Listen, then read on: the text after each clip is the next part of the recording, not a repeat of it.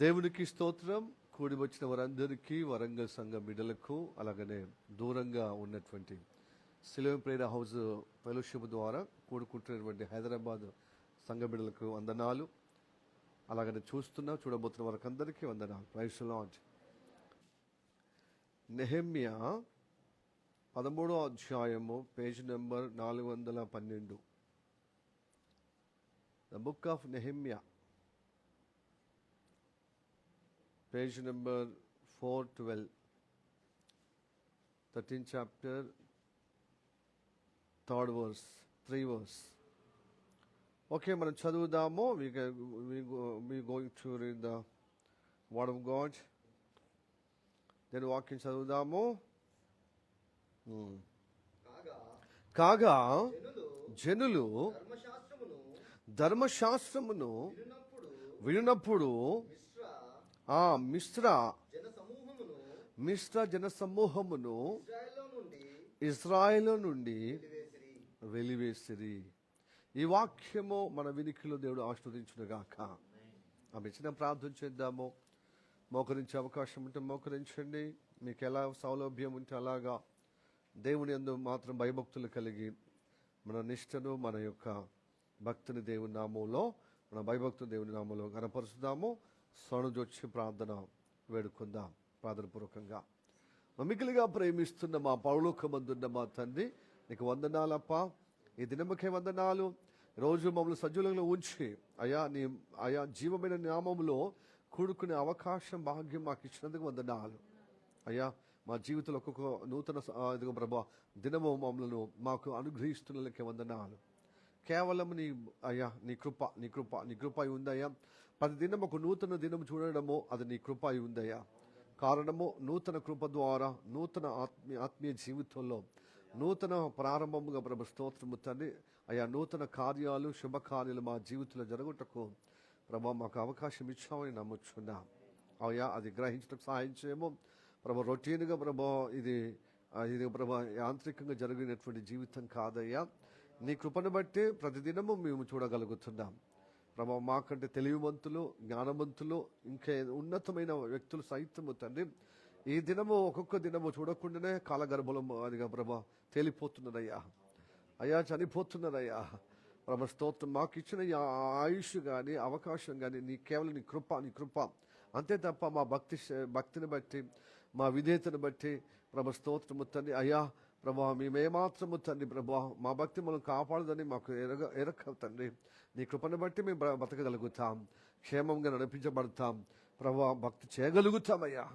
అందుని బట్టి వందనాలు తండ్రి. ఏ దినమున మాకు సిద్ధపరిచిన ఆశీర్వాదాలు అనుభవించటకు ప్రభా మా శరీరం, ప్రాణమాత్మనికి అప్పచెబుతూ మా జీవితంలో ఉన్నటువంటి ఈ ఆశీర్వాదానికి ఆటంకంగా ఉన్నటువంటి ప్రతి స్వభావాన్ని సరి చేయబడటకు మాతో మాట్లాడమని ప్రార్థన చేస్తున్నాం. మేము సరి చేసుకోవటానికి వచ్చాం అప్పా. నువ్వు కోరిన విధంగా మేము ఆశించి సమర్పణ కలిగే విధంగా మేము వచ్చి ఉన్నామయ్యా. కనుక మేము కూడుకున్న ఈ యొక్క సహవాసము ఎలాగచ్చాము అలా వెళ్ళకుండా మాలో మార్పు కలగాలి, మెదగాలి తండ్రి. చిత్తంలో మేము స్థిరపరచబడాలి, బలపరచబడాలి. అట్టి అనుగ్రహము మాకు అందరికీ ప్రసాదింపబడటకు మా మధ్యలో ఉండి తండ్రి నడిపించమని ప్రార్థన చేస్తున్నాం. దుష్ట కార్యాలు లేపరచము, వారి ఆలోచన, వారి కుయుక్తులు, వారి ప్రభావం యావత్తు తొలగింపబడటకు సహాయం చేయము ప్రభువా. ప్రతిదీ యేసు నామములో ధ్వంసం చేసి నీ కార్యాల చేత, నీ ఆలోచన చేత, నీ ప్రభావం చేత, నీ ఆశీర్వాదంలో నింపబడటకు సహాయం చేయమని ప్రార్థన చేస్తున్నాం. ప్రార్థన వందనాలు. నీ సేవకుడు ప్రభు సిలువ చాటు మరుగుపరుచుకుని అభిషేకం ద్వారా మా అందరితో మాట్లాడమని ప్రార్థన చేస్తున్నాం. ముఖ్యంగా నీ రక్త ప్రోక్షణ ద్వారా నీ సేవకుని పరిశుద్ధపరచము, అలాగే నీ బిడ్డలందరూ పరిశుద్ధపరచబడే విధంగా నీ స్వరము మాకు ప్రసాదించుమని నా ప్రభు యేసు నామములో అడుగుచున్నాము పరమ తండ్రి. ఆమేన్, ఆమేన్. హైదరాబాద్లో ఉన్న బిడ్డలు కానీ, వరంగల్లో ఉన్న బిడ్డలు కానీ, ఇది చూడబోతున్న వారు కానీ వాక్యాన్ని గమనించండి. నెహెమ్యా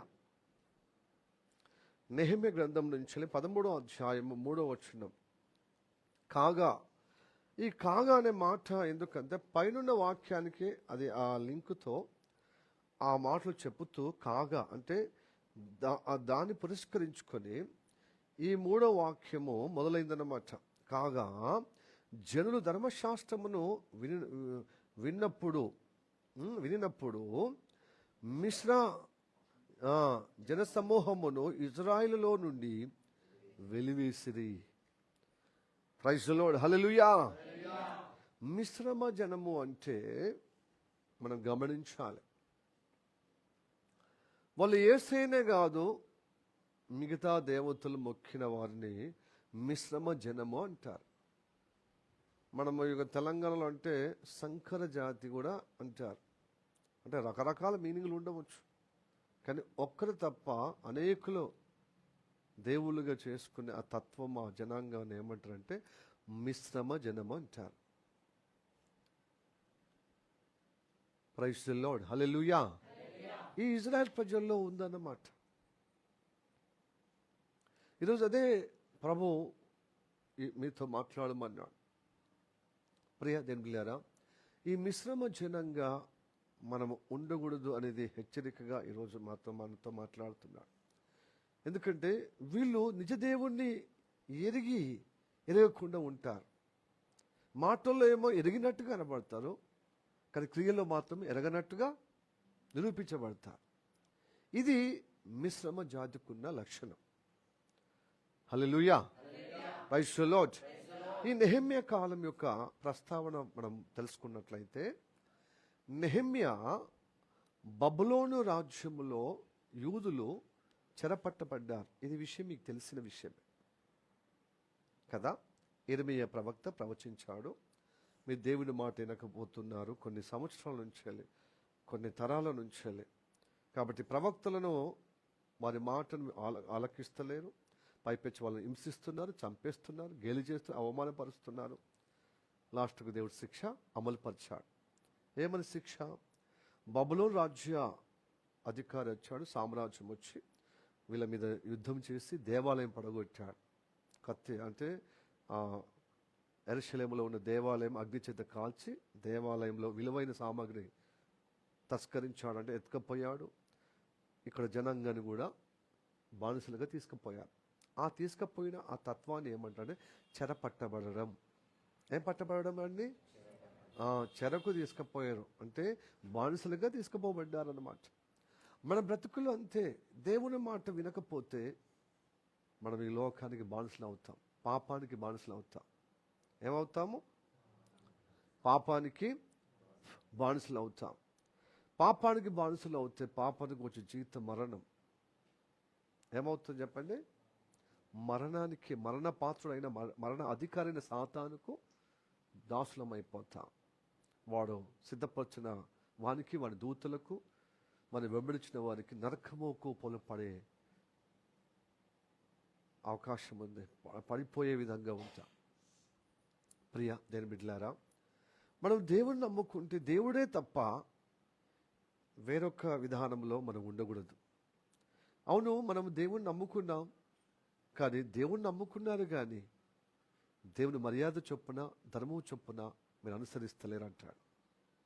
దేవుణ్ణి నమ్ముకున్నారు, ఇజ్రాయెల్ ప్రజలు కూడా దేవుణ్ణి నమ్ముకున్నారు, కానీ దేవుడు నియమించిన ఆ ధర్మశాస్త్ర ప్రకారంగా ధర్మంగా జీవిస్తలేరు. వీళ్ళు చెరపట్టబడ్డారు కదా. 70 సంవత్సరాలు చెరపట్టబడిన తర్వాత 70 సంవత్సరాల్లో ఇంకా డ్యామేజ్ అయ్యే విధంగా అయ్యారు ఈ ప్రజలు. ఏమయ్యారంటే అనేకులు, ఇజ్రాయెల్ ప్రజలతో పాటు అనేకులు చెరపట్టబడిన కదా, అక్కడ కల్తీ అయిపోయారు ఇజ్రాయెల్ ప్రజలు కొంతవరకు.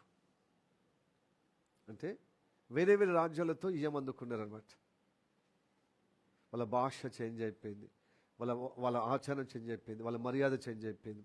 వాళ్ళ యెహోవా దేవుడే, కానీ ఇంకో దేవుడు కూడా వేరే వాళ్ళకు ఉన్నారు. కాబట్టి వాళ్ళ ఇంట్లో పడ్డందుకు, అంటే వాళ్ళ అమ్మాయిని ఈ అబ్బాయిని చేసుకోవడం, ఇజ్రాయెల్ అబ్బాయిని చేసుకోవడం, ఇజ్రాయెల్ అమ్మాయిని వేరే మతస్థుల యొక్క మరి అబ్బాయిలు చేసుకోవడం. అప్పుడు వాళ్ళ దేవుడు వీళ్ళ దేవుడు అయిపోయాడు, వీళ్ళ దేవుడు వాళ్ళ దేవుడు, మొత్తం మిక్సింగ్ అయిపోయింది అనమాట. ఈ మిక్సింగ్ అయిన జాతిని ఏమంటారంటే మిశ్రమ జనాంగం, మిశ్రమ జాతి అంటారు. అది దేవునికి చాలా హేయమైనది, అసహ్యమైనది. ప్రైజ్ ది లార్డ్, హల్లెలూయా. 70 సంవత్సరాలు అక్కడ బానిసలుగా ఉన్న చాలా ఇబ్బందులు పడ్డారు. అయితే అందులో కొంతమంది ఉత్తమమైన భక్తులుగా జ్ఞాపకం చేసుకున్నారు. యిర్మీయా ప్రవచించిన వాక్యం జ్ఞాపకం చేసుకున్నారు. మీరు ఎప్పుడు కానీ వాక్యాన్ని మీరు జ్ఞాపకం చేసుకుంటకు, ప్రవచన వాక్యము ఎప్పుడు మీరు గుర్తుపెట్టుకోవాలి. అందుకోసం మీ గ్రంథములో మీ హృదయం అనే పలక మీద రాసుకోవాలండి. ఇది ఆషామాష కాదు. ఈరోజు ఎప్పటికీ అద్భుతాల కోసమో, భౌతికంగా తిండి కోసమో, లేకపోతే ఆర్థికంగా ఎదగటం కోసం ఈ వాక్యం కాదండి. రానున్న అపాయం నుండి కాపాడుటకు వాక్యం. ఇది ప్రవచన వాక్యం. అందుకోసమే ఎప్పడుస్తుందో రాసుకోండి, రాసుకోండి, రాసుకోండి. కొంతమంది రాసుకోకుండా హృదయం అనే పలక మీద రాసుకుంటారు. ఒక్కసారి వింటే వాళ్ళకి 100 సార్లు విన్నట్టు. అలా కొంతమంది ఉన్నారు. అందరికీ ఐక్యూ లెవెల్ సేమ్ ఉండవు కదా. కొందరు హృదయంలో రాసుకోగా, బుక్లో రాసుకోగా మళ్ళీ మర్చిపోతారు. మళ్ళీ ఎప్పుడో ఆ సందర్భం వచ్చిన అదే కరెక్ట్గా రాసుకున్నాను, ఇప్పుడు ఇది గుర్తయిందంటారు. కాబట్టి వినాలి ఇది. ఎందుకంటే దేవుని మాట ఒక్కసారి విన్నప్పుడు అది మీరు ప్రార్థనకు కొంచెము కుడి ఎడమలకు తొలగిపోతుంది మీ హృదయం నుంచి. మరి రెగ్యులర్గా వచ్చి వాక్యం మీద మీ మనసు లేకుండా అది వాక్యము వీడిపోతుంది, అంటే బలహీనమైపోతుంది. ఎందుకంటే ఆ బలహీనం చేసేవాడు ఈ లోక అధికారి సాతాను. అన్ని అనవసరమైనటువంటి చెత్త చెదారం, అంటే మనని కృంగదీసేటువంటి మాటలు గుర్తుంటాయి. మన నిందలు అవమానాలు, ఎవరన్నా మనల్ని గుంపించేది పరిస్థితి, నిందలు అవమానాలు ఉంటే చూడు, అవేమి గుర్తుపెట్టుకుంటాం. కానీ అసలైనది దేవుని మాటలు గుర్తుండవు. ఎందుకంటే తీసేయటానికి, గుర్తు లేకుండా చేసేది ఓ సాతాను ఉన్నాడు కదా. మనం కృంగిపోయి, కృషించిపోయి, నశించిపోవటానికి వాడు చూస్తున్నాడు. కాబట్టి మంచి మాటలు మనకు ఎప్పుడు గుర్తుండవు. వాడు మనలు గొలుపుతాడు, ఏదో ఒక సమస్య మీద మనం డైవర్ట్ చేస్తాడు. మనం ఏమైనా పరిస్థితుల వల్ల అయ్యో మనం ఈ దేవుని వాక్యం మీద ఉండాల్సిన పరిస్థితి వల్ల అటుపోయింది, పరిస్థితి బాగలేదు కాబట్టి మీరు అనుకుంటారు. ఆ పరిస్థితి తీసుకొచ్చింది, అలాంటి శోధన తీసుకొచ్చి దుష్టుడైన సాతాను. అది వాడు మనకు కనబడతలేడు కాబట్టి అదృశ్యంగా ఉండి ఆత్మల ప్రపంచంలో వాడు అది వ్యతిరేక దురాత్మ సమూహముతో వాడు ఏం చేస్తున్నాడు, వాడి దూతలు మనని గలిబిలి గందరగోళం చేస్తున్నాడు. వాక్యం ఉంటే సమాధానం ఉంటుంది, వాక్యం ఉంటే క్షేమం ఉంటుంది, వాక్యం ఉంటే ఆశీర్వాదం ఉంటుంది, వాక్యం ఉంటే దేవుని పోలికలు చొప్పున మనం తయారవుతాం. వాక్యం ఉంటే మనకు అభివృద్ధి ఉంటుంది, వాక్యం ఉంటే నెమ్మది ఉంటుంది, వాక్యం ఉంటే నిశ్చయిత ఉంటుంది, వాక్యం ఉంటే మనకు ధైర్యం ఉంటుంది, అన్ని సుగుణాలు ఉంటాయి. కాబట్టి దేవుడు సుగుణాలు అన్ని వాక్యం ద్వారా మనకు ప్రసాదింపబడతాయి. ఆయన దురదృష్టం ఏంటంటే మన వాక్యం మీద మనసు లేకుండా దుష్టుడు చేస్తున్న దానిలోనే ఆ మైకములో, ఆ వలలో చిక్కబడిపోయి దురావస్థ పాలవుతాం. ప్రియ జనబిడ్డలారా, వాక్యం మీద మనసు పెట్టండి. ఇది చాలా. అందుకొరకు ప్రార్థన సాయంత్రం పొద్దున ఉపవాస ప్రార్థనలు, ఆదివారం రెగ్యులర్గా ఎందుకు వచ్చినట్టు వాక్యము మీద నుండి మన మనసు, మన జీవితం తొలగిపోవద్దని. అది మీరు చేతుల్లో చూపిస్తే నిజంగా మీరు దేవుని బిడ్డలుగా తలపచ్చబడతారు. దేవుడు ఘనంగా మీరు నిలబెడతాడు. ఆయన నామానికి మహిమార్థంగా మీరు నిలబడతారు. మీరు సేవించే బిడ్డలుగా ఉంటారు తప్పక. హల్లెలూయా, ప్రైజ్ ది లార్డ్, హల్లెలూయా. అయితే వీళ్ళు అక్కడి నుండి 70 సంవత్సరాల నుండి వచ్చారు. 3 దఫాలు చెరపట్టబడ్డారు. మళ్ళీ 3 దఫాల్లో చెర నుండి బయటకు వస్తున్నారు, బానిస బ్రతుకుల నుండి బయటకు వస్తున్నారు. ఒకరు జెరుబ్బాబెలు నాయకత్వంలో వచ్చారు. అది ఎజ్రా గ్రంథములో, ఈ గ్రంథానికి ముందున్న యాజకుడైన శాస్త్రి అయిన ఎజ్రా గ్రంథములో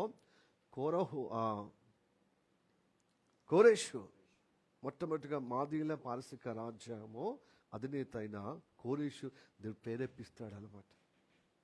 అతడికి ప్రేరేపణ కలిగిస్తాడు. ఓ జీవముల దేవుడు, లోకములో సకలం సృష్టించినటువంటి జీవముల దేవుడు, పరిశుద్ధులైన దేవుడు, యోధుల దేవుడు, నిజమైన దేవుడు, ఆ దేవుణ్ణి సేవించిన వారు ఎవరైతే మీలో ఉంటారో మీరందరూ మీ స్వదేశానికి వెళ్ళి మీ ఆలయాన్ని కట్టుకోండి, మీ ఆలయాన్ని కట్టుకోండి. ప్రైజ్ ది లార్డ్, హల్లెలూయా. ఇటు చూడండి,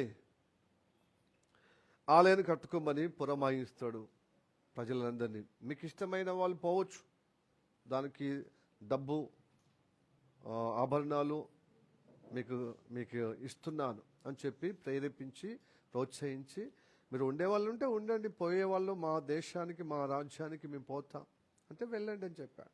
అప్పుడు మొట్టమొదటిగా జెరుబ్బాబెలు నాయకత్వంలో వెళ్ళారు కొంతమంది.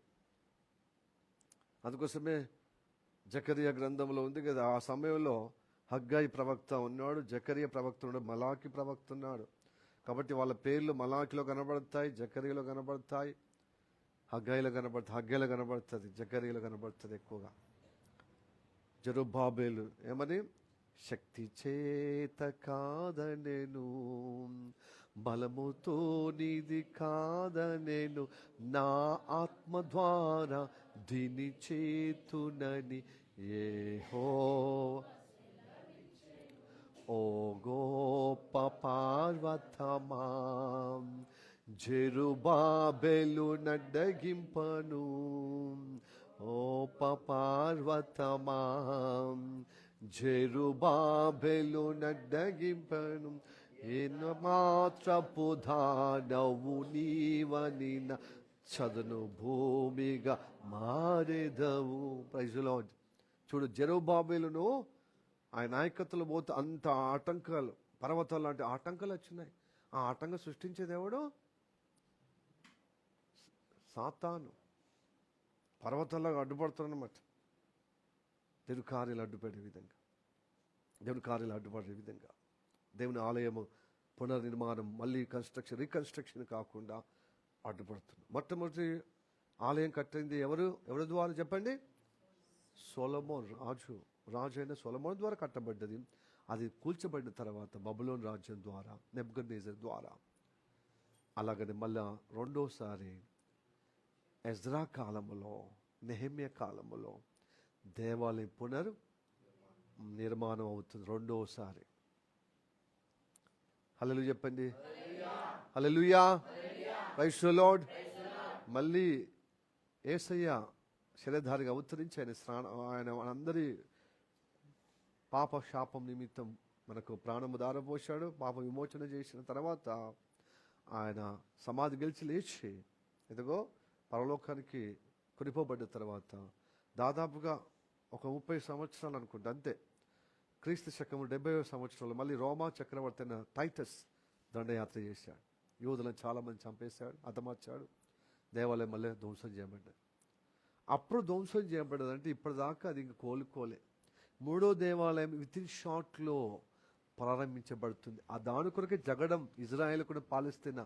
తెలుసుకోండి, దేవుని బిడ్డలై ఉండి కూడా ఇది సాధారణమైన విషయం తెలుసుకుంటలేరు. ప్రతి సమస్య ఒక కారణం ఉంటుంది. అది దేవుడు, జ్ఞానం కలిగిన దేవుడు తన బిడ్డలకు నేర్పిస్తుంటే మనకు నేర్పిస్తలేదు. మనము ఏమైనా తిండి కోసం, బట్ట కోసం, పనుల కోసం పోయి దేవుని వాక్య జ్ఞానము వదిలిపెడుతున్నాం. అందుకోసం భవిష్యత్తు మనకు అంధకారం అయిపోతుంది. దేవుడు రాకడ అగమ్య గోచరం అయిపోతుంది. ప్రతి ఒక్క సమస్య, భూమి మీద జరుగుతున్న యుద్ధాల యొక్క విషయాలు మనకేమీ తెలియకుండా ఒక సహటు అన్యుడుకున్నటువంటి జ్ఞానం లేకుండా పోతుంది. అన్యుడేమో లోకంలో జ్ఞానం తెలుసుకుంటున్నాడు, కానీ మనము భవిష్యత్తు యొక్క జ్ఞానం మనకి నేర్పించి భవిష్యత్తులో ఏం సంభవిస్తుందో ఆయన సూచనలు చూపిస్తున్నాడు, ఆయన అద్భుతాలు సూచక్రియలు చూపిస్తున్నాడు. కాబట్టి అది గమనించుటకు, దానికి తగిన భక్తిలో నిలబడటానికి మనల్ని అప్రమత్తం చేస్తే అది మనకేంది, నోట్లకు వచ్చేదా, కడుపుకి వచ్చేదా అని చెప్పి ఈ మిశ్రమ జాతిలాగా మనం ప్రవర్తిస్తున్నాం. నోటితో చెప్పడమే మస్తు గొప్పగా చెప్తాం, కానీ క్రియలు చూపించడం మాత్రమో మిశ్రమ జాతి, సంకర జాతిగా ప్రవర్తిస్తున్నాం. యథార్థంగా దేవుని చేత రక్షింపబడి మారుమనసు పొంది ఆయనతో ప్రతిష్ఠింపబడి ఆయన వెంబడించే జనాంగంగా మనం అనుభవంలో ఆయన గుర్తెరుగుతలేం. అబ్రహంలాగా, లోతులాగా భక్తి చేస్తున్నాం. లోతు భక్తి ఏమైంది తెలుసా? సొదొమ గొమొర్ర పట్టణం నాశనం కాకముందు అది పచ్చగా బతుకుదెరుగు చాలా అనుకూలంగా ఉంది. ఎప్పుడు ఇట్లే పచ్చగా బ్రతుకుతానేమో, నా పశుగ్రాసం, నా పశువులు బాగోలేని పశువులు. అప్పుడు ఆ పాతకాలంలో పశువులు ఉంటే ధనవంతుడు, పొలాలు, పంటలు, పశువులు ఉంటే ధనవంతులు. అది చూసి మోసపోయాడు. అది చూసి ఆయన సంతానము అక్రమ సంతానం, వ్యభిచార సంతానం. పెద్ద కోమడు మోయాబి, చిన్న కోమడు అమోనీయుడు. ఫస్ట్ కుమారుడు మోయాబీయుడు. మోయాబీ కంట్రీ అంటే మోయాబీయులకు మూల పురుషుడు వాళ్ళ పెద్ద కుమారుడు. అమోనీయులకు మూల పురుషుడు చిన్న కుమారుడు. ఇలాగా అందుకొరకు దేవుడు ఆ ప్రజలను లేకపోతే ఈ అమోనీయులను మొయాబీలను శపించాడు దేవుడు. శాపమే కదా. మనం అలాగా లోతుకు తెలుసు దేవుడు, కానీ క్రియల రూపంగా నిరూపణ చేయబడ్డా మిశ్రమైపోయాడు. ఏమైపోయాడు? మిశ్ర జనాంగం అయిపోయాడు. ఇప్పుడు నెహెమ్యా కాలంలో కూడా సేమ్ ఇదే జరుగుతుందన్నమాట. ఇప్పుడు ఇందాక వాక్యం వింటున్నాం కదా, ఎజ్రా కాలంలో, ఎజ్రా గ్రంథంలో ఫస్ట్ నాయకత్వంలో జెరుబ్బాబెలు ఒక గ్రూప్ వచ్చింది. రెండో శాస్త్రైన ఎజ్రా నాయకత్వంలో మరొక గుంపు వచ్చింది. మూడో గుంపు నెహెమ్యా నాయకత్వంలో వస్తుంది. నెహెమ్యా కాలంలో అర్థశాస్త్ర రాజు దగ్గర పానీయం పోసే అధికారి.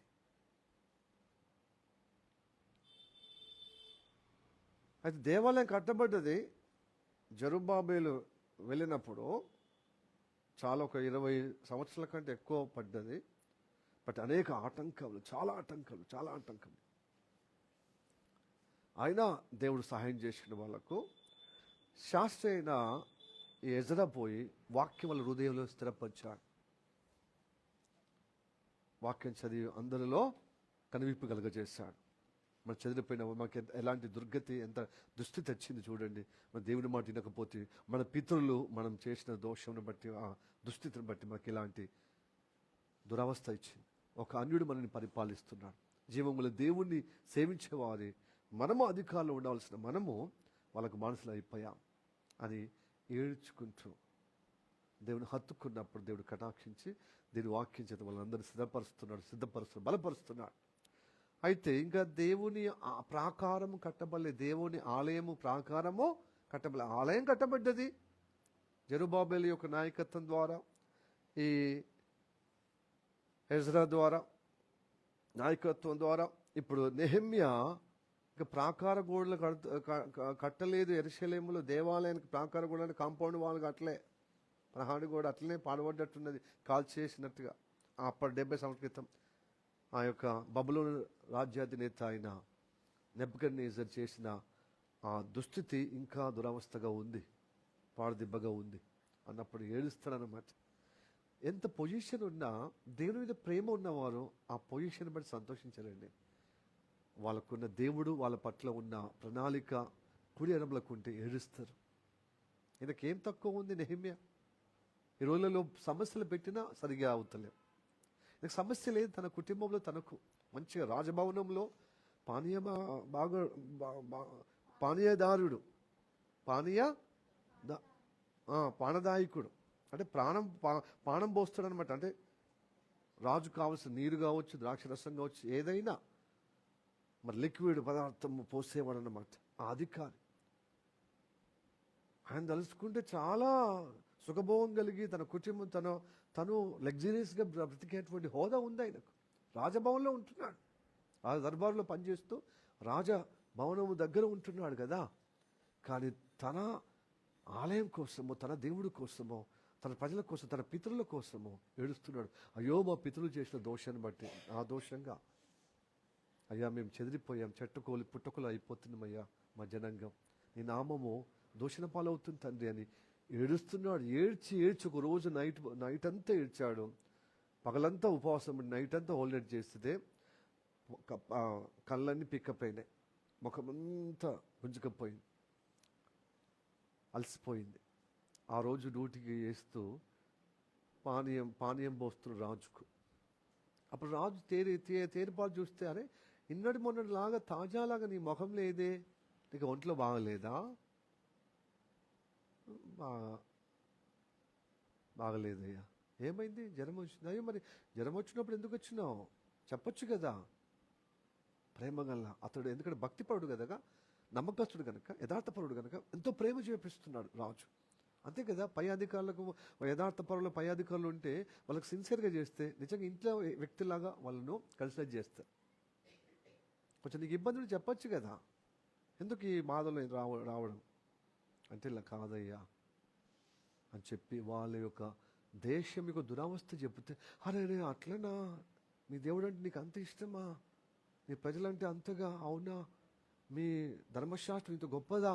అప్పుడు తెలుసుకొని, సరే నువ్వు ఎందుకు ఏడుస్తావు, నేను ఆజ్ఞాపిస్తున్నాను, కొన్ని రోజులు నువ్వు లీవ్ పెట్టు, నీకు అదనంగా నీకు మంది మార్బలం ఇచ్చి అధికారులకు నేను అక్కడ ఉన్నటువంటి అధికారులకు నేను తాయితీ పంపిస్తాను. మీకు ధనము, మీకు కావలసిన ఆలయము నిర్మాణంకి ఏదైతే మిగులుబాటు ఉందో ఆ ప్రాకారం కట్టుటకు అనేకమైన సౌలతుల్ని కల్పిస్తానని చెప్పి రాతపూర్వకంగా అభయమిచ్చి అతన్ని బలపొచ్చి ధైర్యపొచ్చి ఆ విచారానికి ఆ బాధకు నివారణ చేసే విధంగా అతన్ని బలపరిచి పంపిస్తానండి. ఆ పంపించిన క్రమంలోనే నెహెమ్యా యెరూషలేము దగ్గరికి వచ్చాడు, యూదా దేశానికి వచ్చాడు. హల్లెలూయా, ప్రైజ్ ది లార్డ్. బహు కష్టము ద్వారా ప్రాకార గోడలు కడతారు. అనుక్షణము ఆటంకులు అక్కడ ఉన్నటువంటి ప్రజల ద్వారా. రాజుకు అధికారులు ఏం చేసే, ప్రజల ద్వారా అబద్ధ సాక్ష్యాలు పలికిస్తూ వాళ్ళకు పై ఉన్న వారికి లంచాలు ఇచ్చుకుంటూ యథార్థమైన సత్యమైన మాటకు అపార్థం చేసే మాటగా రాజుకు ఫిర్యాదు చేస్తున్నారు. నెహెమ్యా మీద, ఎజ్రా మీద, జెరుబ్బాబెలు మీద. కానీ దేవుడు కృపగల దేవుడు కదా, అది సంజయ్ చేస్తూనే ఇక్కడ నిర్మాణం అవుతుంది. నిర్మాణం అంతా అయిపోయిన తర్వాత ప్రజలను సన్నద్ధం చేయాలి, ప్రజలందరినీ, అక్కడ ఉన్నటువంటి ప్రజలు. అప్పుడు దేవుని బిడ్డలు ఎవరైతే ఉన్నారో ఒకవైపు రమ్మంటే వస్తున్నారు, కానీ అప్పటికే డ్యామేజ్ అయిందని ఇందాకనే మన వాక్యం. ఎందుకంటే ఆ బబులోను సామ్రాజ్యాలు మిక్సింగ్ అయిపోయారు, మిశ్రమ జనంగా. వాళ్ళు వీళ్ళని చేసుకుని వాళ్ళను చేసుకుని మొత్తం ఆచారం అంతా గలిబిలి అయిపోయింది. హల్లెలూయా, ప్రైజ్ ది లార్డ్, హల్లెలూయా. అలాగా అయిపోయింది. అందుకోసం దానికి సంబంధించిన 1-2 వాక్యాలు చదువుకుందాం. 2 రాజులు 17వ అధ్యాయము 33వ వచనం చదువుదాం. ఈ సందర్భంలో ఈ వాక్యాలు మనకు తెలియజేస్తుంది కొంతవరకన్నా. చదవండి. 2 రాజులు 17వ అధ్యాయము 33వ వచనం. ఈ ప్రకారముగా వారు యెహోవా యందు భయభక్తులు గలవారై ఉండి తాము ఏ జనములో నుండి పట్టబడిరో ఆయా జనముల మర్యాద చొప్పున తమ దేవతలు పూజించుతూ ఉండిరి. నేటి వరకు తమ పూర్వ మర్యాదలను ప్రకారము వారు చేయుచున్న. 40వ వచనం చదవండి అమ్మా. వారు ఆయన మాట వినక తమ పూర్వీకుల మర్యాద చొప్పుననే జరిగించుచూ వచ్చిరి. నేనేం చెప్పాను? 33 చదివారా? వీళ్ళు ఏం చేస్తున్నారు? ఇది వరకు ఏ ప్రజల చేత పట్టుబడ్డారో ఆ ప్రజల మధ్యలో ఉన్నప్పుడు ఆ ప్రజల యొక్క ఆచారము మర్యాద చొప్పున నడుస్తున్నారు. అంటే ఇతర దేవతలను కూడా వాళ్ళ పద్ధతులు పాటిస్తుంది. దేవుడు యేసయ్య అన్న కూడా ఇష్టం, యెహోవా దేవుడు అన్న ఇష్టం. మొత్తం మిక్సింగ్ అయిపోయింది అనమాట. మొత్తం మిశ్రమం అయిపోయింది, మిక్సింగ్. ఈ మిక్సింగ్ అయినటువంటి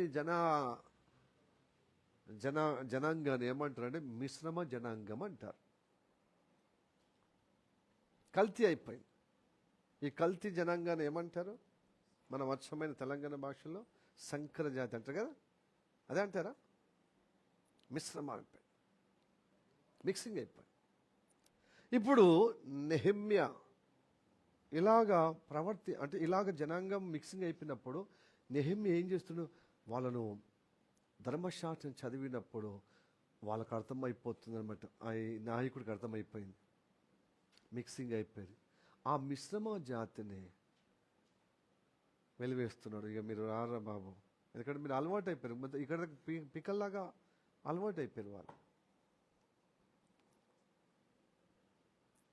వాళ్ళకి అవకాశం ఇచ్చాడు, కానీ యెహోవా దేవుని సేవిస్తూ ఇంకో లోక మర్యాదను అనుసరిస్తున్నారు. లోక మర్యాదను కూడా ఆచారం కూడా చేస్తున్నారు. కాబట్టి ఈ మిశ్రమ జనాంగాన్ని వెలివేస్తున్నాడు నెహెమ్యా. అదే ఇప్పుడు చదవబడినటువంటి వాక్యం, మూలవాక్యం మీకు టూకీగా సూచాయికంగా మీకు తెలియజేయడం జరుగుతుంది. ఇంకా డీప్గా పోతే అంతే, ఏ జనాంగం అయితే అసహించుకున్నాడో ఈ యొక్క లోతు సంతానమైనటువంటి మోయాబులతో ఏమందుకున్నారు. అమోనీయులతో వియ్యమందుకున్నారు. వాళ్ళ బిడ్డను వీళ్ళు చేసుకుని, వీళ్ళ కొడుకును వాళ్ళకి, ఇట్లా వీళ్ళ కుమారులు వాళ్ళ కుమార్తెకు, వాళ్ళ కుమారుడు వీళ్ళ కుమార్తె, ఇట్లా మిక్సింగ్ అయిపోయారు.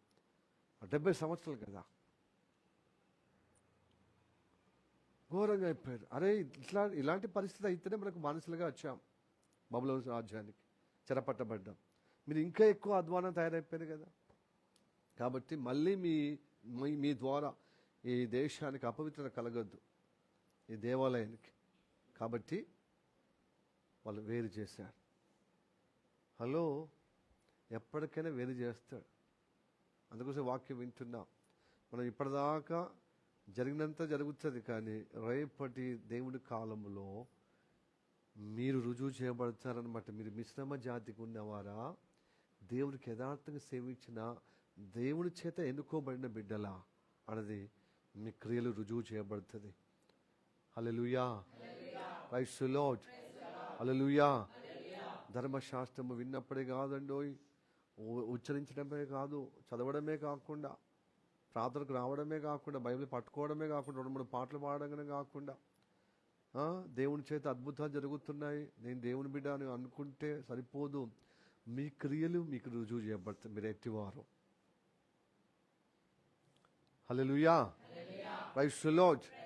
మీకు ఇంకా స్పష్టతగా మీకు అర్థం కావటానికి పాత నిబంధనలో, అంటే ఈ గ్రంథానికి ముందున్నటువంటి విషయాలు మీకు ఇంకా అవగాహన కలుగుటకు తెలియజేయడం జరుగుతుంది. వినండి, ఇజ్రాయెల్ ప్రజలు 430 సంవత్సరాలు బానిసలుగా ఐగుప్తు దేశంలో చాలా శ్రమల పాలయ్యారు. ఎట్టి చాకిరితో చాలా వేదన పొందిన కాలములో దేవుడు అద్భుతంగా తన మహిమను చూపించాడు కదా.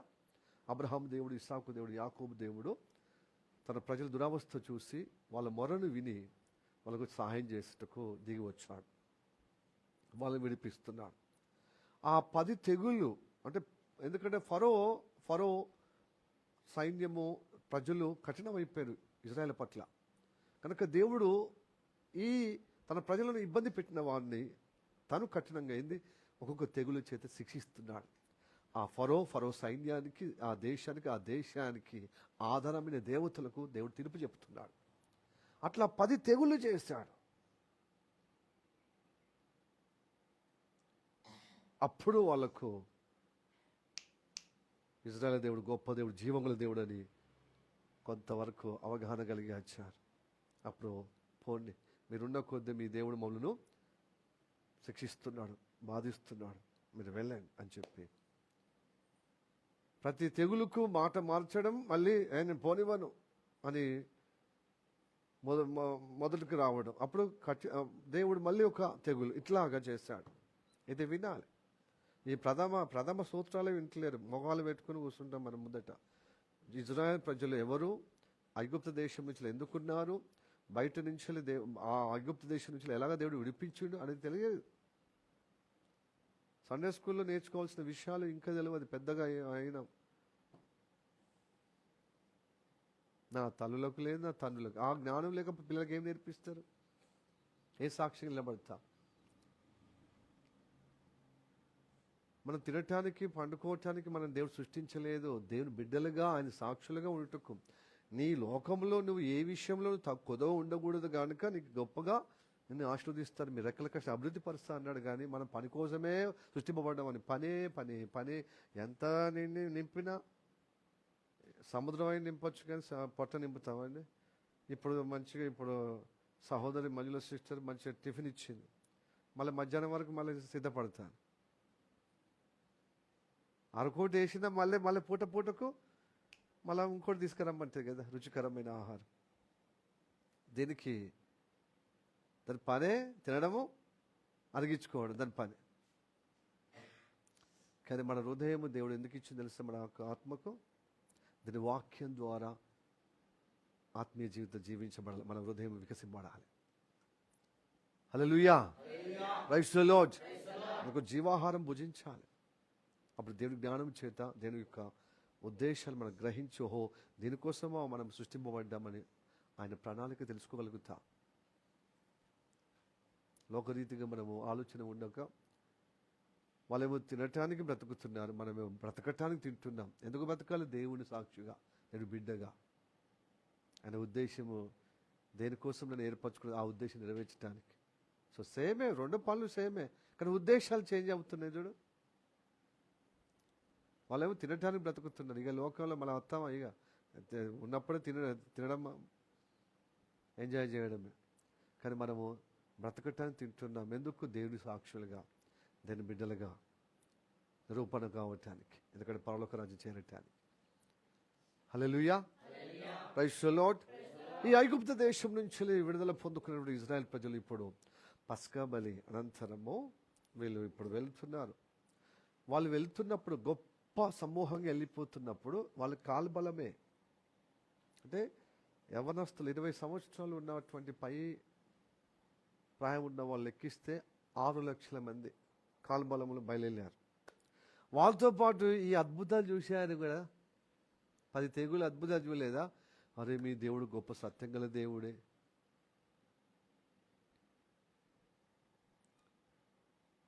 హల్లెలూయా, మీ దేవుడు మహిమ గల దేవుడు.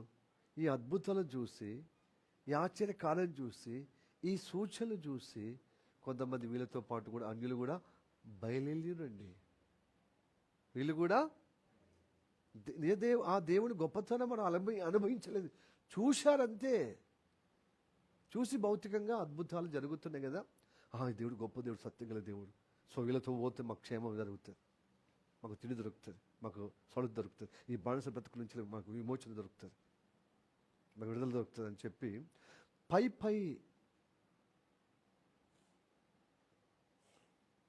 క్షేమం కోసమో, పై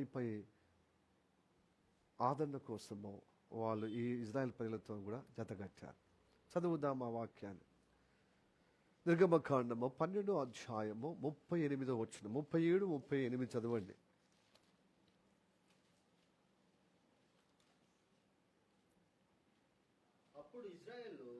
అప్పుడు ఇజ్రాయేలు రామాసేసు నుండి సుక్కోతుకు ప్రయాణమైపోయిరి. వారి పిల్లలు కాక ఆ కాల్బలము 6 లక్షల వీరుల అనేకులైన అన్య జనుల సమూహమును, గొర్రెలు, ఎద్దులు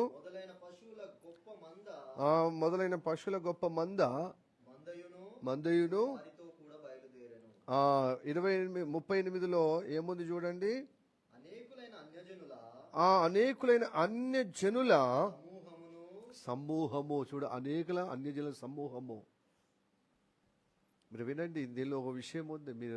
మేము ఏమైతే మిశ్రమ అన్న ఆడికి వస్తాం, అనేక అన్ని జనులు కూడా బయలుదేరి వీళ్ళతో పాటు. ఎవరితో పాటు?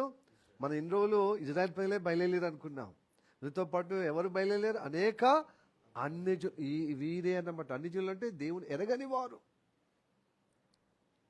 దేవుణ్ణి ఎరగని వారు.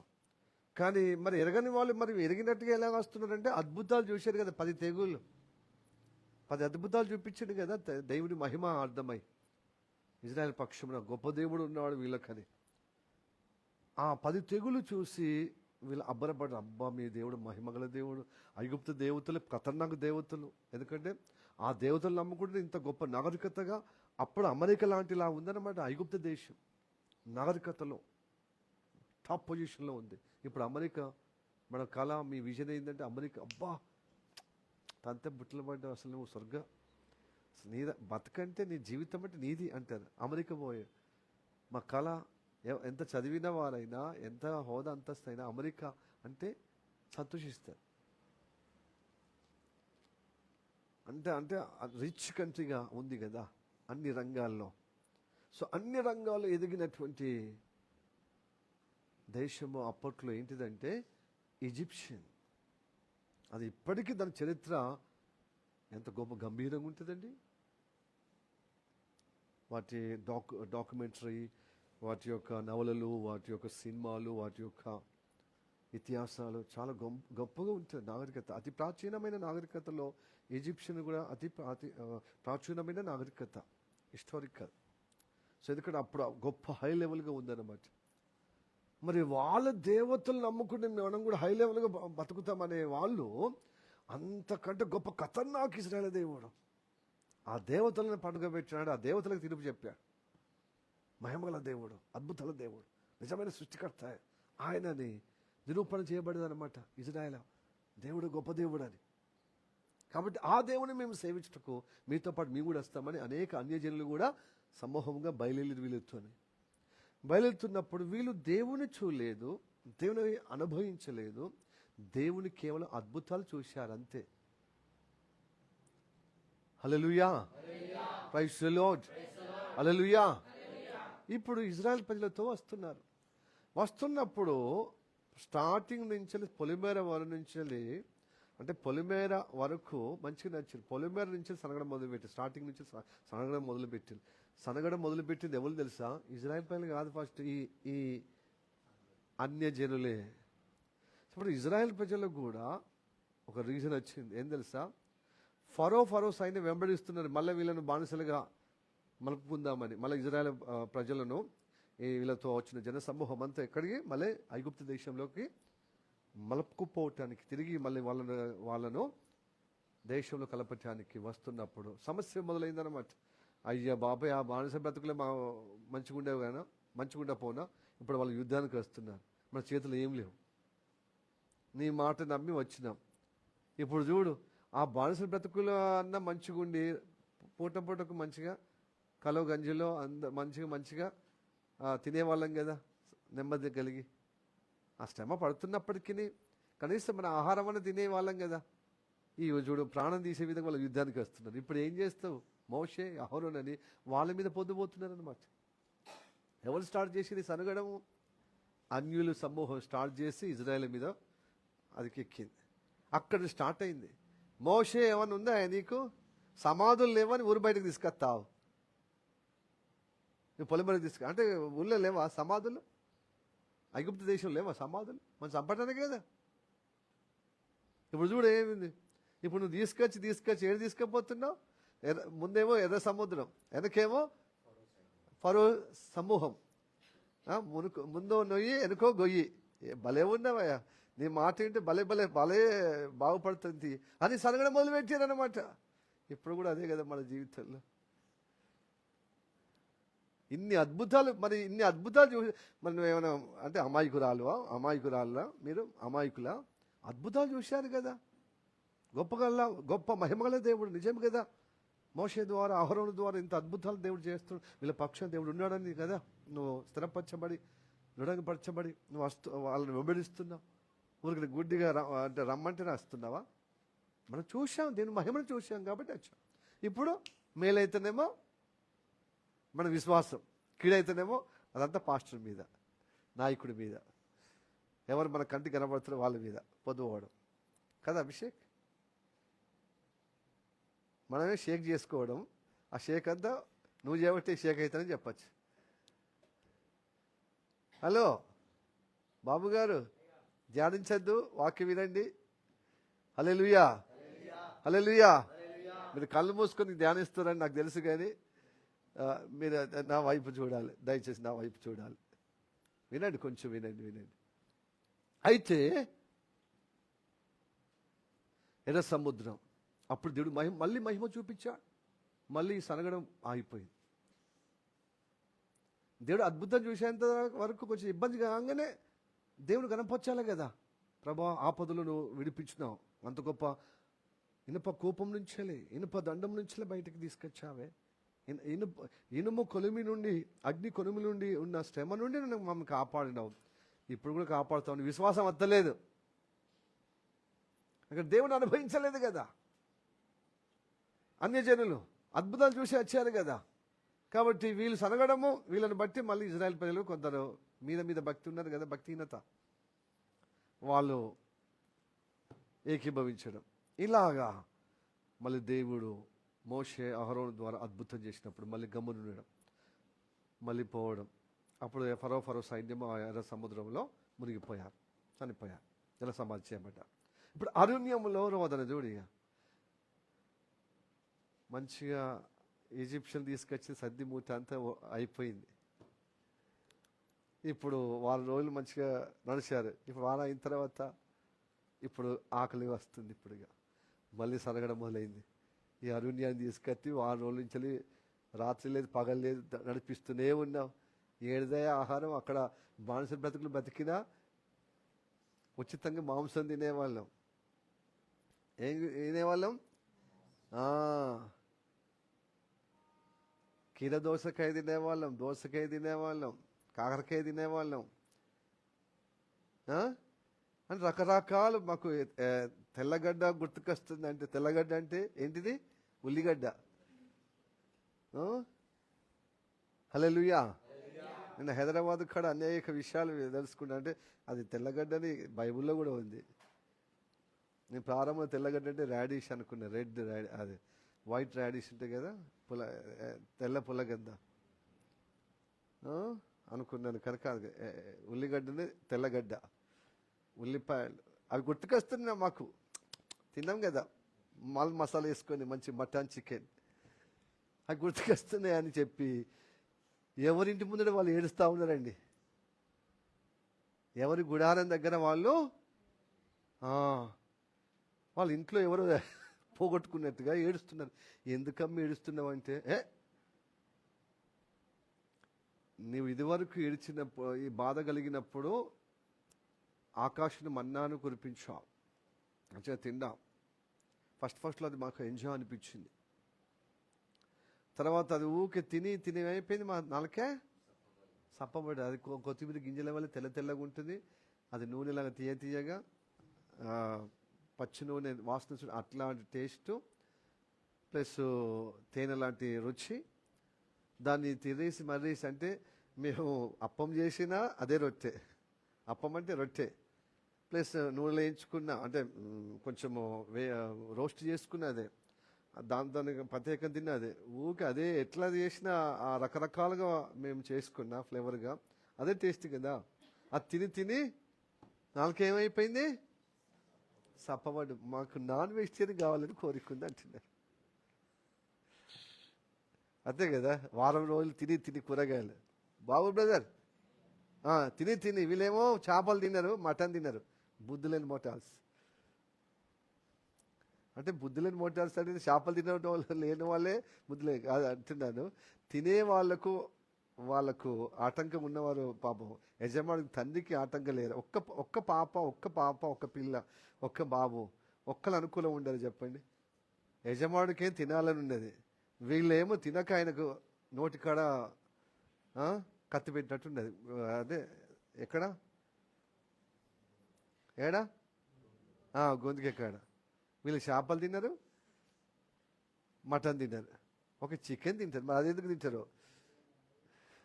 అది కూడా సదాయిస్తారు కావచ్చు. మనం మంచి మంచి ముక్కలు తింటారేమో. సరే, ఇప్పుడు విను. అయితే ఈ మటన్ చికెన్ మనము కానాన్ దేశంలో చేరిన తర్వాత తినచ్చు కదా. ఇప్పుడు దేవుడు తన మహిమ చూపించింది. ఎందుకంటే మనకు మటన్ తినే సమయం కాదు కదా. ఇప్పుడు యాత్రలో ఉన్నాం, మనం ప్రయాణంలో ఉన్నాం. ప్రయాణంలో ఉంటున్న ఈ అరణ్యములో, ఈ ఎడారిలో మటన్ కావాల్సి వచ్చింది వీళ్ళకు. ఎందుకంటే వీళ్ళలో ఏముంది? మిశ్రమ జనాంగం ఉంది. దేవుని మీద మనసు లేదు వాళ్ళు. వీళ్ళు ఏడుస్తే సరైన రీతిగా వాక్యానుగుణంగా యథార్థమైన భక్తి లేని వాళ్ళు, మస్కబారిన వాళ్ళు, భక్తిహీనులుగా ఉన్నారు చూడు ఇజ్రాయెల్. వాళ్ళు కూడా నినాదము ఎత్తుకున్నారు, మాకు కూడా మటన్ కావాలి. వాళ్ళు కోరినట్టు మేము కూడా మాకు కావాలి అంటున్నారు. చదువుదాం. సంఖ్యాకాండము 11వ అధ్యాయము 4వ వచనం. వారి మధ్యనున్న మిశ్రత జనము మాంసపేక్ష అధికముగా కనపరచగా ఇశ్రాయేలును మరలా ఏడ్చి మాకెవరు మాంసం పెట్టెదరు? ఐగుప్తులో మేము ఉచితంగా తిన్న చేపలను, కీరకాయలను, దోసకాయలను, కూరను, ఉల్లిపాయలను, తెల్లగడ్డలను, మటన్లో, చికెన్లో, ఫిష్లో వేసేటి అన్ని ఇంగ్రీడియంట్స్ గుర్తుకొస్తున్నాయి వీళ్ళకు. ఇప్పుడు ఏది మటన్ తినకపోతే సొమ్మసిల్లిపోతుందట.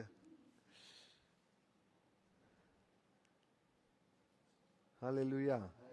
ఇప్పుడు మనం నవ్వుతున్నాం కదా, ఇంట్లో కూడా మనం అప్పుడప్పుడు చేస్తారు ఏమైనా బిడ్డలు కానీ పెద్దవాళ్ళు కానీ.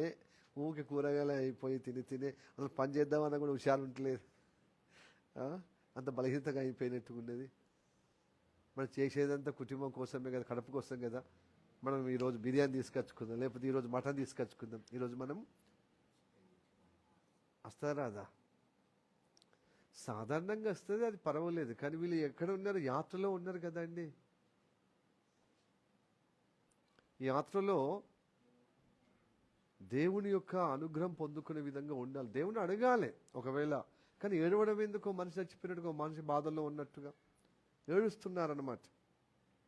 అప్పుడు ఈ ప్రేరేపించినది ఇది ఫస్ట్ నక్క ఊలబెట్టినట్టుగా ఫస్ట్ ఎవరు ఎత్తారు? ఇది ఆ మిశ్రమ జనాంగము మాంసాపేక్ష కలిగి కోరుతున్నప్పుడు ఇజ్రాయెల్ ప్రజలు కూడా కోరుతున్నారు.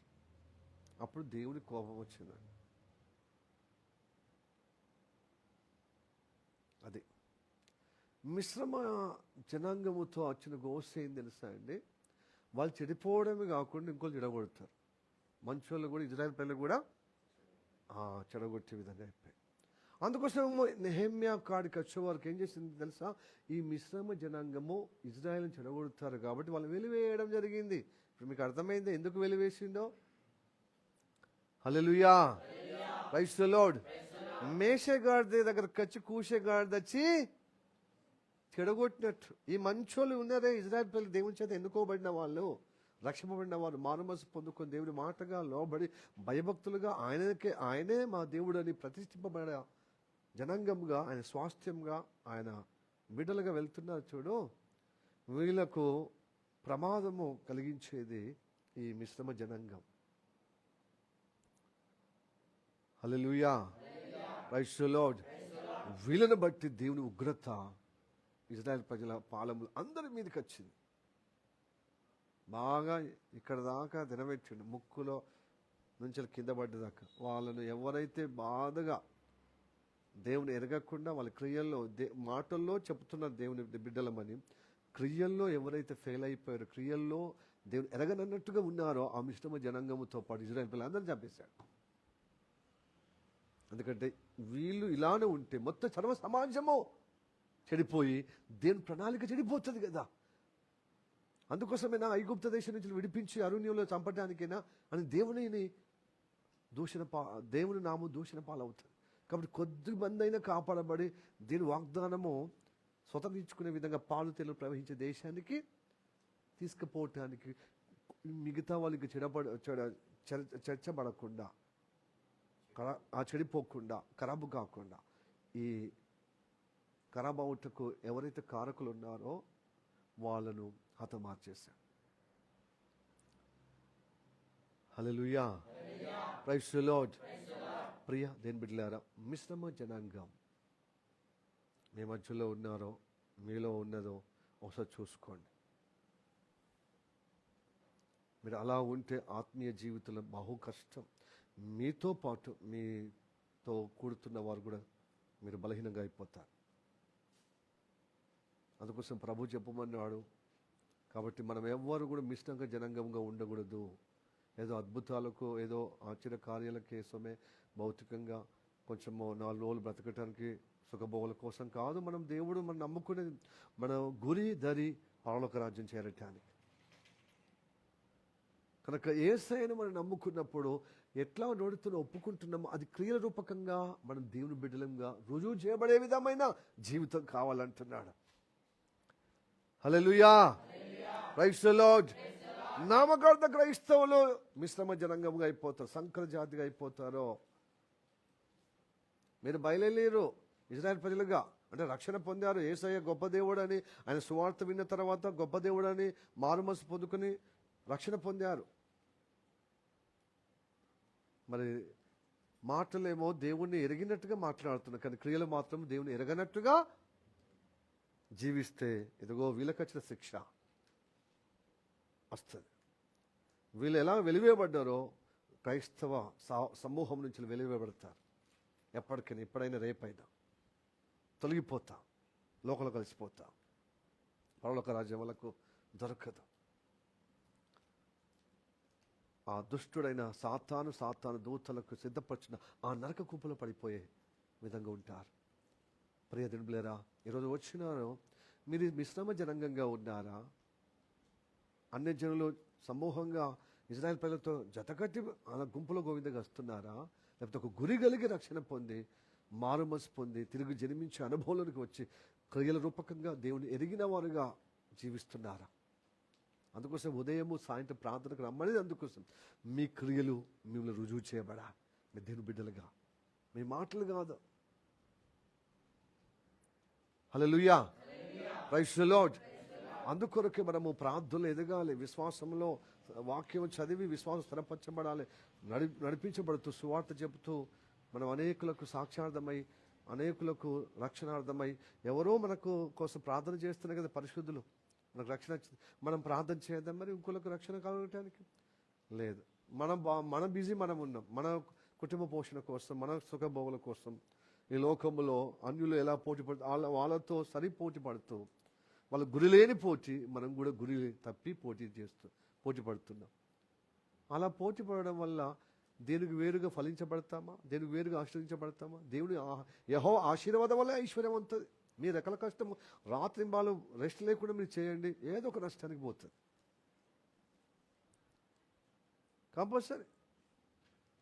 సమస్య ఒకటి ఉంటే మీరు ఒక కాడ వెతుకుతున్నారు పరిష్కారం కోసం. సమస్య తొలగిపోవాలంటే దేవుడు చెప్పిన పరిష్కారం దగ్గరికి రండి. హల్లెలూయా.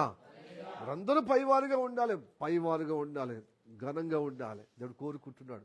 ఆత్మీయంగా ఘనంగా ఉండాలి, ఆధ్యాత్మికంగా ఘనంతో పాటు భౌతికంగా మీ స్థితిగతులు, ఈ సామాజిక పరంగా మీ స్టేటస్ కూడా, ఎకనామిక్గా కూడా గొప్పగా ఉండాలి. కానీ మీరు ఎకనామిక్ వైపే చూస్తున్నారు, ఆత్మీయ వైపు పోతున్నారు. అసలు ఎసరేసుకుంటారు కాబట్టి మీ ప్రయత్నాలు కూడా సామాజికంగా కూడా మీ పొజిషన్ మారిపోతలే. ఎందుకంటే సోదకుడు ఏం చేస్తున్నాడు? దేవుని బిడ్డలుగా మాటలకే పరిమితం చేసి క్రియలు మిమ్మల్ని కట్ చేస్తున్నాడు. అంటే మిశ్రమ జనాంగంగా తయారు చేస్తున్నాడు. హల్లెలూయా, ప్రైజ్ ది లార్డ్. బయలుదేరి ఉండవచ్చు, కొన్ని సంవత్సరాలు అయింది మేము ప్రభువుని నమ్ముకుని చెప్పుకోవచ్చు గొప్పగా.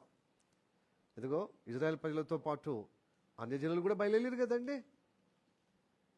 బయలుదేరలేదా? అరణ్యంలో వాళ్ళు బయలుదేరారు. అలాగనే ఇజ్రాయెల్ ప్రజల్లో కూడా ఇదిగో నెహెమ్యా వరకు కూడా ఉన్నారు కదా. మరి కొత్త నిబంధనలు ఉన్నారు, కొత్త నిబంధనలకు ఎక్కువ ఉన్నారు. దేవుడు అద్భుతాలు చూశారు, స్వస్థత చూశారు, ఆరోగ్యమయ్యారు. కనుక యేసయ్య అంటే నాకు నమ్మకం కుదిరింది. కానీ ఆయనతో నడుస్తలేం విశ్వాసంగా. నమ్మకం వేరు, విశ్వాసం వేరండి. నమ్మకం యేసయ్య దగ్గర తీసుకొస్తుంది, విశ్వాసం అంటే యేసయ్యతో నడిచేది జీవితం. ఎంతమంది యేసయ్యతో నడుస్తున్నారు? లేకపోతే డేంజర్ జోన్లో ఉన్నవారు అవుతారు. కాబట్టి సరి చేసుకోవటానికి మిశ్రంగా జనాంగంగా అయిపోతున్న ప్రభువులను క్షమించుము, అలా ఉండకూడదు. అలా ఉంటే వెలివేయబడతాను.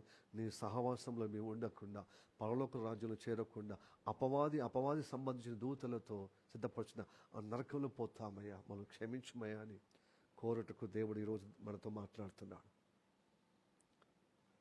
హల్లెలూయా, ప్రైజ్ ది లార్డ్.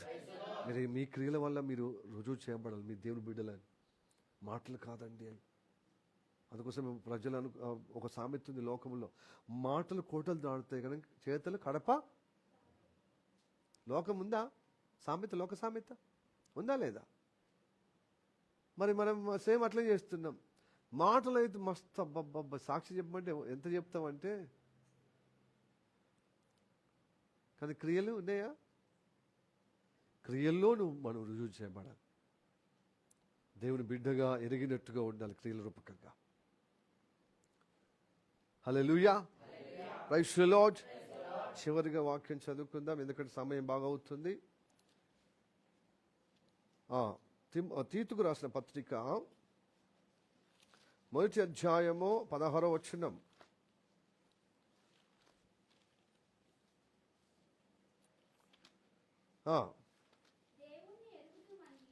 దేవుని ఎరుగుదుమని వారు చెప్పుకొందురు గాని అసహ్యులను అవిధేయులను ప్రతి సత్కార విషయమును భ్రష్టులై ఉండి తమ క్రియల వలన ఆయనను ఎరగమన్నట్టుగా ఉన్నారు. ఇది అన్నమాట. హలో, ఇది మిశ్రమ జనాంగం. లోతు కూడా అంతే. అబ్రహాముతో దేవుని ఎరిగినట్టుగా ఉన్నాడు, కానీ తను నిర్ణయించుకొని పోయిన స్థలము తన స్వబుద్ధితో పోయి అక్కడ సంక్రమ జాతిగా పితామహుడుగా అయిపోయాడు. అంటే మిశ్ర జనాంగానికి తండ్రి అయిపోయాడు. ఇప్పుడు మిశ్రమ అంటే ఈ ఇజ్రాయెల్ ప్రజలు మిక్సింగ్ అయిపోయారు కదా, అమోనీయులకు అలాగనే మోయాబీలకు. ఇలా తండ్రి ఎవరు? లోతు కదా. లోతు చేసినది దేవుడి పొమ్మని చెప్పలే. ఇతడే నాకు తెలియదు, నా భక్తికి నాకు తెలియదు అని చెప్పి తన స్వశక్త నిర్ణయంతో పోయి మతుకుతాడు అనుకుని పోయి ఆడ కూడా దేవుని సేవిస్తామని పోయి సావసరం దూరం అయిపోయి ఏమైపోయాడు? మిశ్రమ జాతి తండ్రిగా అయిపోయాడు. మాటల్లో ఎరిగాడు యెహోవా దేవుడు గొప్ప దేవుడు, కానీ క్రియల్లో మాత్రమో పోయేది. తను పోయాడు, తన సంతానం కూడా పోగొట్టుకున్నాడు. ఇప్పుడు నెహెమ్యా కాలములో ఉన్న మూలవాక్యం ఉందే 13వ అధ్యాయం 3వ వచనం. అది మోయాబీల యొక్క ఇయము అందుకొని మిశ్రమం అయిపోయారు. అమోనీయులతో వియ్యం అందుకొని మిశ్రమం అయిపోయారు. సో వాళ్ళతో ఇప్పుడు ఇబ్బంది అవుతుందన్నమాట ఇజ్రాయెల్ ప్రజలకు. అందుకోసమే అలాంటి కల్తీ సరుకు ఏదైతే ఉన్నదో మిశ్రమ జనాంగం వెలివేస్తున్నాడు, ఏరేస్తున్నాడు. మళ్ళీ మాకు ప్రమాదం పొంచి ఉంటుంది, మళ్ళీ మేము చెరపట్టబడతాం, మేము మళ్ళీ దేవుని శిక్ష కారకులు అవుతాం. చరిత్ర చెబుతుంది, మీరు ఐగుప్తు దేశం నుంచి బయలుదేరంగా మాతో బయలుదేరారు, మీరు శ్రమల పాలు కాకుండా మమ్మల్ని కూడా శ్రమల పాలు చేసే విధంగా చేశారు. మీతో ఉంటే మాకు డేంజర్. ఈ మిక్సింగ్ వద్దు. అది మిక్సింగ్ అయిన వాళ్ళు ఎలాగో తొలగించారు. ఇప్పుడు మనం లోకము భక్తి మిక్సింగ్లో మనం జీవిస్తున్నాం. ఈ మిక్సింగ్లో ఉన్న డేంజర్, నీవు డేంజర్లో ఉన్నావు, నీతో పాటు నలుగురు నీతో కూడుతున్న చూడు, నీలాగా కూడుతున్న వాళ్ళకు కూడా danger. Hallelujah, praise the Lord. అలాగ డేంజర్ కాబట్టే దేవుడు ఏమన్నాడు? ఎవరైతే తాగుబోతులు, జారత్వం ఉన్నవాళ్ళు, లోబులుగా ఉన్నవారు, విగ్రహారాధికులు ఉన్నవారు, అలాగనే వదిలిపోతూ తిట్టిపోతూ ఎవరైతే ఉన్నారో, దోచుకున్న వాళ్ళు ఉన్నారో, వాళ్ళతో సహవాసం చేయకుండా కాదు, వెలుపల వాళ్ళతో సహవాసం చేసి సువార్త చెప్తాం కదా. ప్రభులోనికి వచ్చిన తర్వాత ఇంకా సంవత్సరాలు పోయిన కొద్దీ వాళ్ళు మారుతలేరు. జాగ్రత్త పోతలేదు, నా విగ్రహాధన పోతలేదు, ఇంకా తాగుడు పోతలేదు, పోతలేదు, జగడాలు పెట్టుకోవడం, లోబితనం పోతలేదు, దేవునికి రాజ్య వ్యాప్తికై ఇవ్వడమో లేదు సువార్త కొరకు, ఇంకా దోచుకోవడం, అధిక వడ్డీలు, చక్ర వడ్డీలు చేసి ఇలా చేసిన వాళ్ళను దేవుడు ఏమంటే ఆ దుర్మార్గులతో మీరు తినొద్దు, సాంగత్యం చేయొద్దు, ఆ దుర్మార్గుని మీ చర్చ నుంచి వెలివేయడంటున్నాడు. 1 కొరింథీ 5వ అధ్యాయం 11వ వచనం. ఈ తత్వమే మిశ్రమ జనాంగం. హల్లెలూయా, ప్రైజ్ ది లార్డ్. దేవునికి కొంచెం, దేవునితో అనుబంధం కొంచెం, లోకం అనుబంధం. ఇది జారత్వం అంటారు. ఏమంటారు? మిక్సింగ్.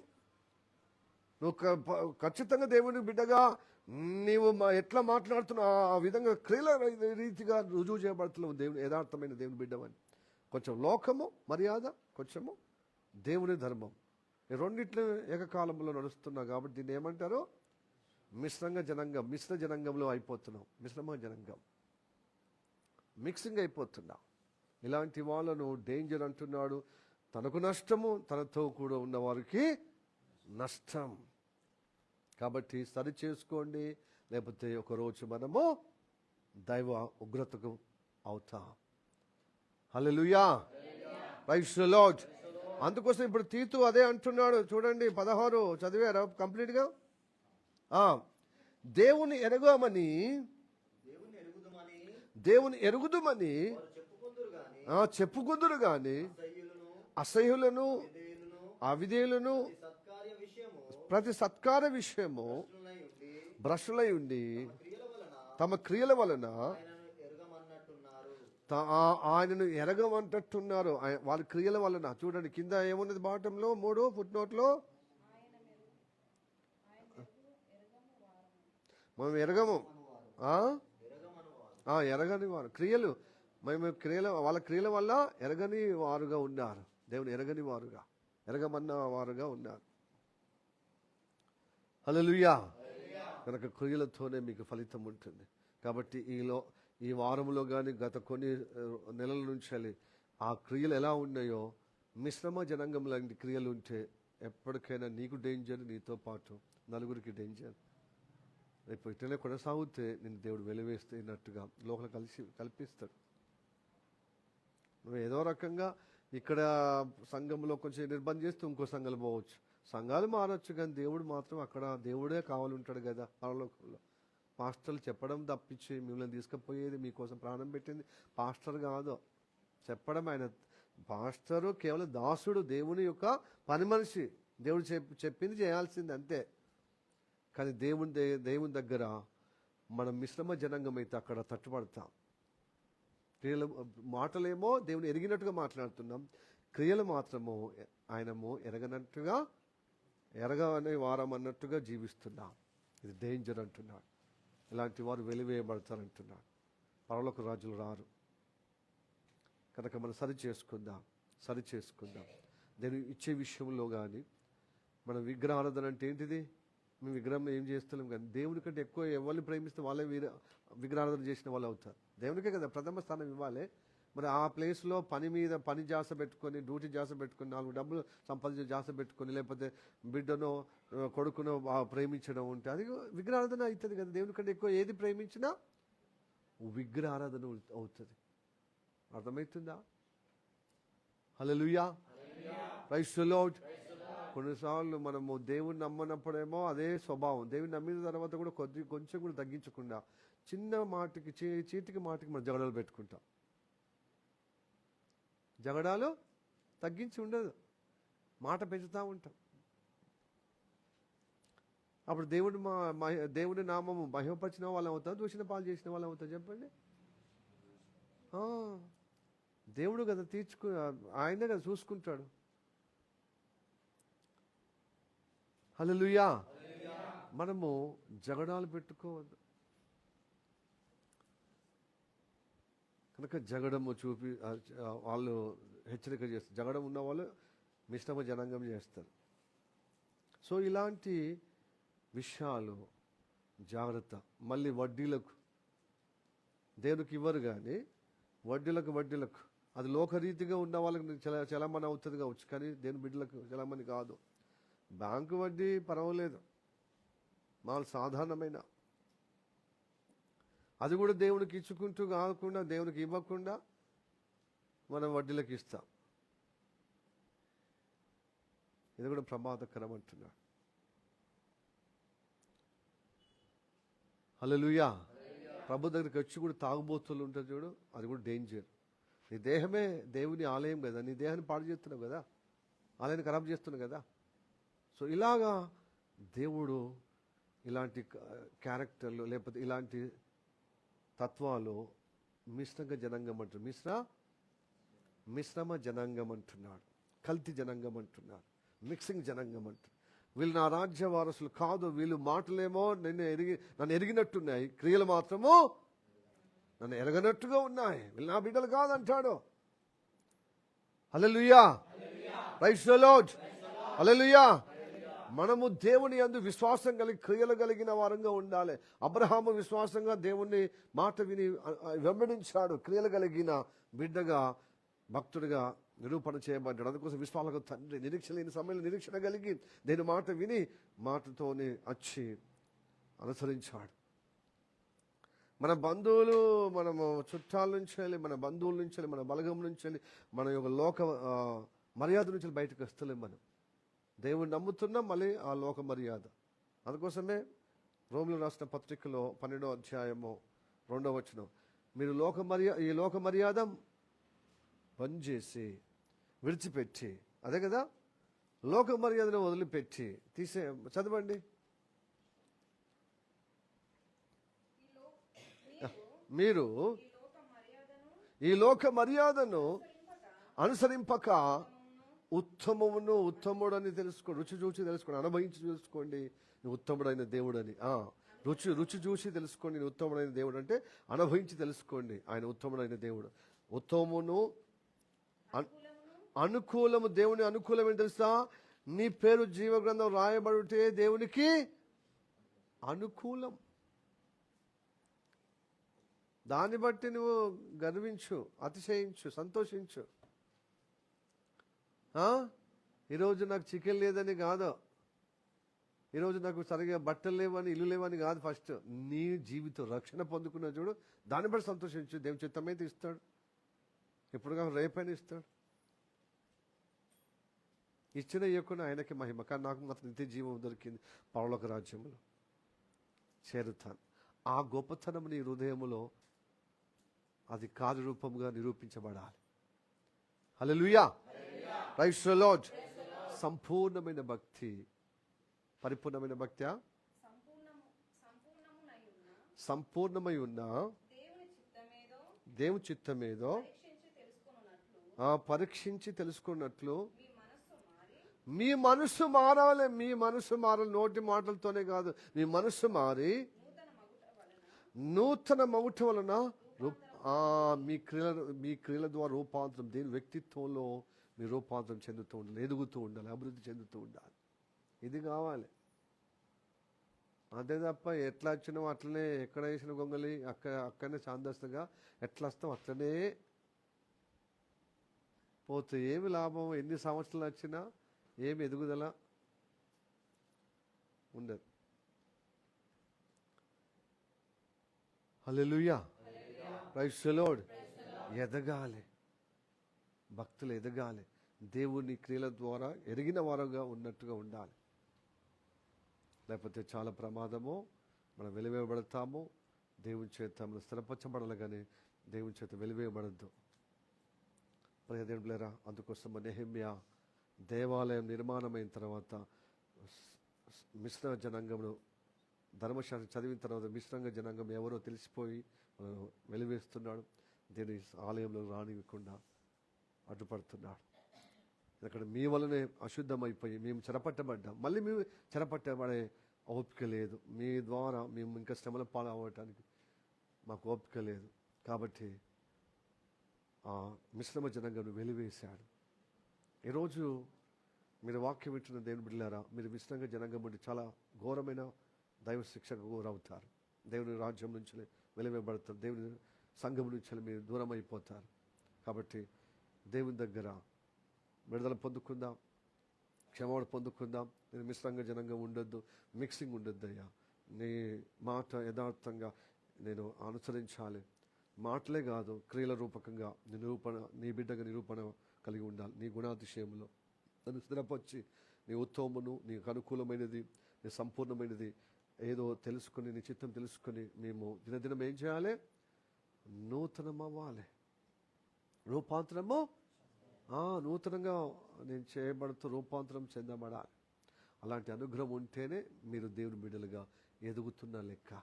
లేకపోతే తీతుకు రాసిన 1వ అధ్యాయం 16వ వచనములో ఉన్న సారములో పడిపోతాం. మనము అసహ్యులుగా అయిపోతాం. దేవుడు అసహించుకుంటాడు. హల్లెలూయా. ఈ సంఖ్యాకాండము 11వ అధ్యాయంలో 4వ వచనంలో మిశ్రమ జనంగా ముందే వాళ్ళకు అసహించుకున్నాడు దేవుడు.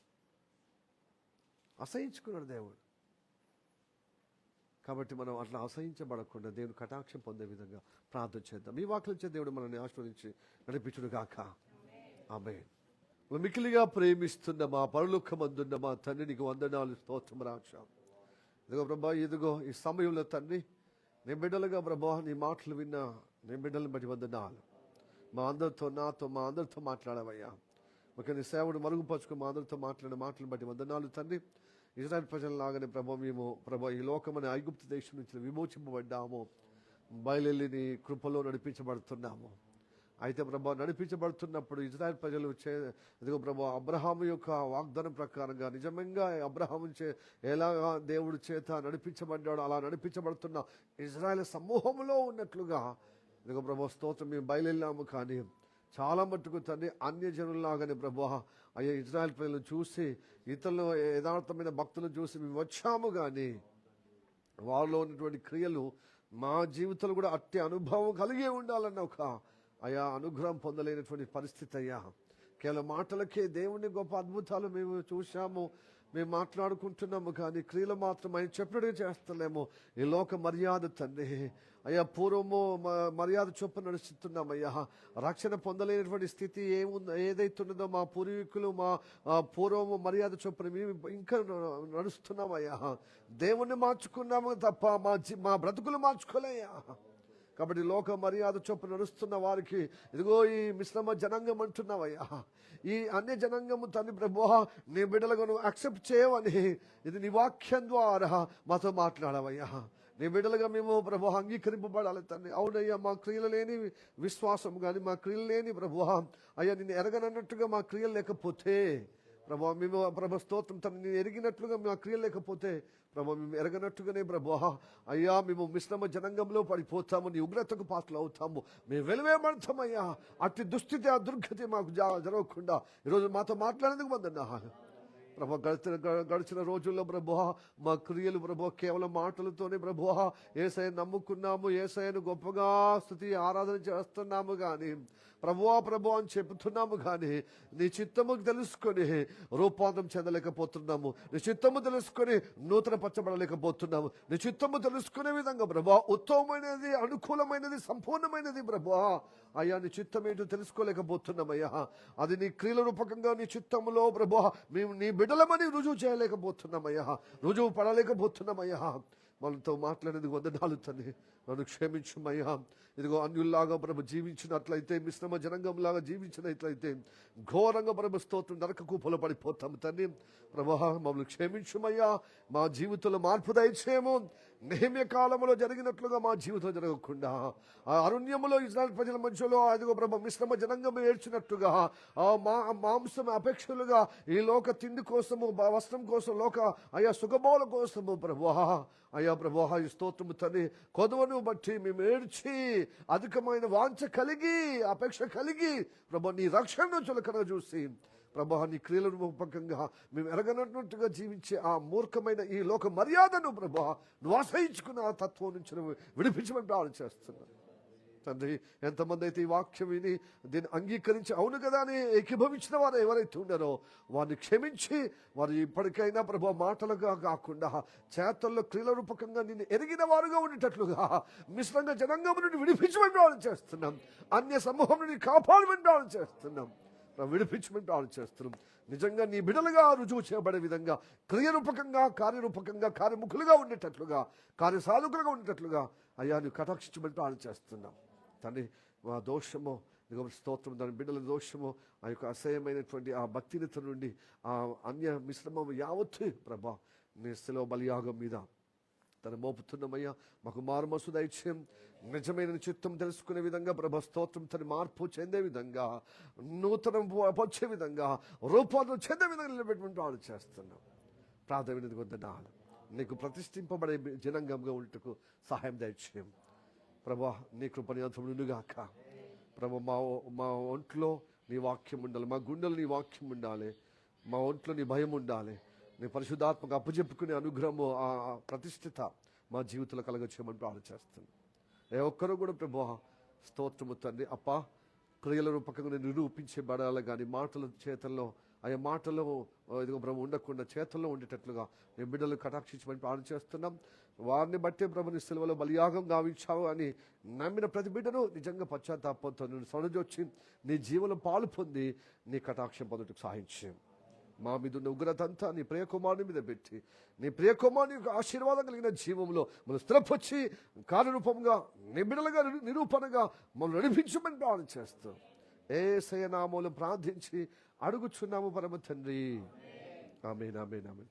మే the God bless you. Praise the lord.